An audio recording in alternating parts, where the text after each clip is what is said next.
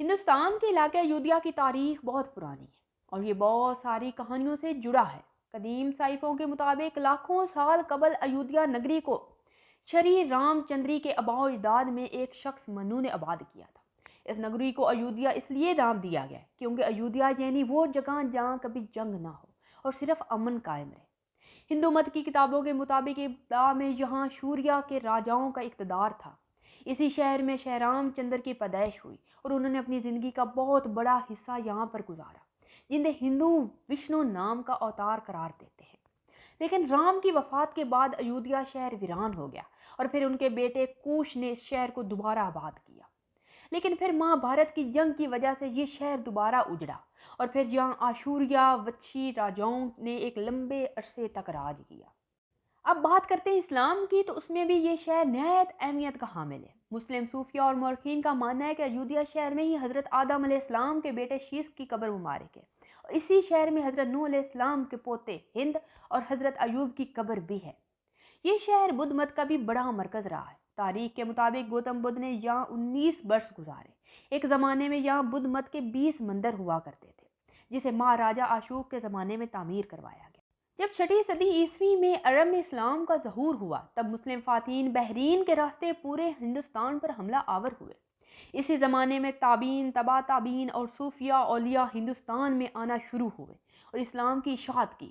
لہٰذا 11ویں صدی اور 12ویں صدی میں ایودھیا میں اسلام کی آمد ہوئی اور یہاں کے لوگ بھی اسلام سے متاثر ہو کر دین حق کو قبول کرنے لگے۔ ایودھیا کی تاریخ میں اہم ترین دن تب آتا ہے جب سال 1526 عیسوی میں بادشاہ بابر ہندوستان پر حملہ آور ہوا اور یہاں عظیم مغلیہ سلطنت کی بنیاد رکھی گئی۔ دراصل جب مسلمان دنیا میں ہر جگہ اپنی کامیابی کے جھنڈے گاڑ رہے تھے اور اسلام کا پرچم بلند کر رہے تھے، تو فرغانہ کا ایک تیموری ترک شہزادہ ظہیر الدین محمد بابر ہند کی سرزمین کی طرف آتا ہے اور اپنے مختصر سے لشکر سے شمالی ہند کو فتح کر لیتا ہے۔ بابر نہ صرف ایک دور اندیش اور دانا بادشاہ تھا بلکہ اسلام کی اشاعت اور ہندوستان میں مسلمانوں کے پھلنے پھولنے کی فکر بھی اسے دن رات لگی رہتی تھی۔ لہذا بابر نے مختصر عرصے میں شمالی ہند میں مسجد پانی پت، مسجد کابلی باغ، مسجد مغل باغ، بے شمار مدرسے، مقبرے اور سین خانے تعمیر کروائے۔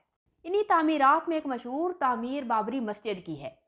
کہا جاتا ہے کہ جب مغل بادشاہ ظہیر الدین بابر لودھی خاندان کے خلاف جنگ کرتے ہوئے گزر رہا تھا تو انہوں نے بنگال اور ایودھیا میں کچھ دن قیام کیا اور وہاں کے صوفیہ کرام سے بھی ملاقاتیں کی اور اپنے ایک بہت ہی عظیم کمانڈر میر باقی کو حکم دیا کہ یہاں ایک عظیم مسجد کی تعمیر کروائے۔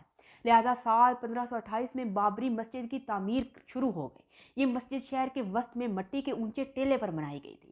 یہ مسجد مغل فن تعمیر کا ایک عظیم شاہکار تھا۔ بابری مسجد کے اوپر 3 گنبد تعمیر کیے گئے، جن میں درمیانی گنبد بڑا اور سائیڈ والے دونوں چھوٹے تھے۔ گنبد کے علاوہ مسجد کو پتھروں سے تعمیر کیا گیا تھا۔ اس میں سین بھی شامل تھا۔ سین میں ایک کنواں بھی موجود تھا۔ مسجد کو ٹھنڈا رکھنے کی غرض سے اس کی چھت کو اونچا بنایا گیا تھا۔ روشنی اور ہوا کے لیے جالی دار کھڑکیاں بھی بنائی گئی تھی۔ اندرونی تعمیر کی ایک خاص بات یہ تھی کہ گنبد کے نیچے کھڑے ہو کر کوئی بھی بات سرگوشی میں بھی کرتا تو وہ مسجد کے اندر تک سنائی دیتی، یہاں تک کہ احاطے تک سنائی دیتی۔ مختصر یہ کہ بابری مسجد اسلامی فن تعمیر کا ایک عظیم شاہکار تھی۔ بابر کے بعد بھی 300 سالوں تک اس مسجد میں مسلمان اذان دیتے رہے اور نماز ادا کرتے رہے، لیکن کچھ انتہا پسند ہندوؤں کا ماننا تھا کہ جس جگہ پر بابری مسجد کی تعمیر ہوئی تھی ٹھیک اسی جگہ شری رام کی پیدائش ہوئی تھی، اس لیے یہ رام جنم بھومی تھی، جہاں ان کا ایک مندر موجود ہوا کرتا تھا اور اس پر ظلم کے دریا ڈہا کر مسلمانوں نے مسجد بنائی۔ لیکن یہ بات سراسر جھوٹ پر مبنی، کیونکہ بابر اگر کسی بھی مندر کو مسمار کر کے مسجد کی تعمیر کرتا تو ایسی کسی مسجد میں علماء اور مفتی کبھی نماز پڑھنے کا فتویٰ نہ دیتے۔ اسلامی تاریخ میں ایسی بہت ساری مثالیں موجود ہیں جس میں اگر دوسری کسی بھی عبادت گاہ کو توڑ کر مسجد کی تعمیر کی گئی ہوتی تو اسے بھی گرا دیا جاتا، جیسا کہ ولید بن عبد المالک کے دور میں دمشق میں ایک مسجد جسے ایک گرجے کو توڑ کر بنایا گیا تھا، لیکن جب خلیفہ کو اس کی خبر ہوئی تو اس نے فوراً اس کو گرانے کا حکم دے دیا۔ حضرت عبداللہ بن عبد العزیز کے دور خلافت میں بھی ایک مسجد کو توڑا گیا تھا، کیونکہ وہ مسجد بھی کسی گرجے کی جگہ پر ہی تعمیر ہوئی تھی۔ تاریخ گواہ ہے کہ محمد بن قاسم سے لے کر بہادر شاہ ظفر تک اگر مسلم بادشاہ مندر توڑ کر مسجد بناتے تو کبھی بھی ہندوستان میں لاکھوں مندر موجود نہ ہوتے۔ لہٰذا پروفیسر رام شرما نے اپنی تصنیف مغل امپائر آف انڈیا اور پروفیسر رام پرساد کھوسلا کے کنگ شپ میں مورخین نے یہ لکھا ہے کہ تاریخ میں ایسی کوئی شہادت نہیں ملتی کہ بابر نے کسی مندر کو گرا کر کسی مسجد کو بنایا ہو یا کسی مندر کو نقصان پہنچایا ہو۔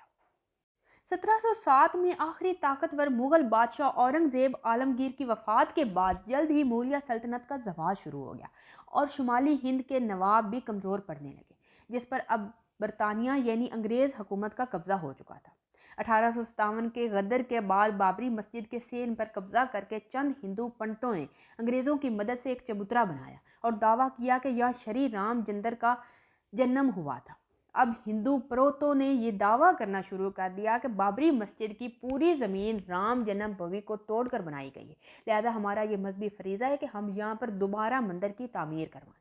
آزادی کے بعد ایسی حالت بدتر ہوگی کہ سال 1949 میں ہندوؤں کی جانب سے مسجد پر حملہ کیا گیا اور مسجد کے اندر رام سیتا کے بت کو رکھ دیا گیا، جسے اس وقت کے وزیر اعظم لال جواہر نہرو کے حکم کے باوجود بھی ہٹایا نہ جا سکا، اور آخرکار 6 دسمبر 1992 میں ہندو انتہا پسندوں اور مختلف تنظیموں نے مل کر بابری مسجد کو شہید کر دیا اور کھلے عام قانون کی دھجیاں اڑا کر قانون کا گلا گھونٹ کر رکھ دیا۔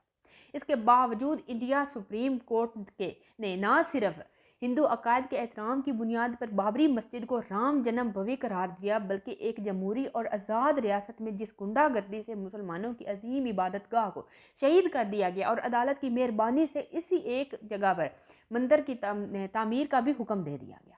بابری مسجد کی شہادت کو 32 سال گزر چکے، لیکن مسلمانوں کے دلوں میں اس کا زخم آج بھی تازہ ہے۔ مسجد کی شہادت کرۂ ارض پر بسنے والے سارے مسلمانوں کے جذبات کا خون ہے۔ مسجد کی عمارت تو شہید کر دی گئی، لیکن مسجد کی پاکیزہ اور مقدس سرزمین زبان حال ہے، آج بھی نوح کنا ہے، خون کے آنسو رو رہی ہے کہ جہاں کبھی لا شریک معبود کے آگے سر جھکایا جاتا تھا اور معبود برحق کی بندگی بجا لاتے تھے جو ایمان والوں کی سجدہ ریزیوں سے منور تھا، وہاں بتوں کی پرستش ہوتی ہے اور مشرکانہ رسومات ادا ہوتی ہیں۔ ظاہر ہے بابری مسجد کی روح بے چین اور مضطرب ہے۔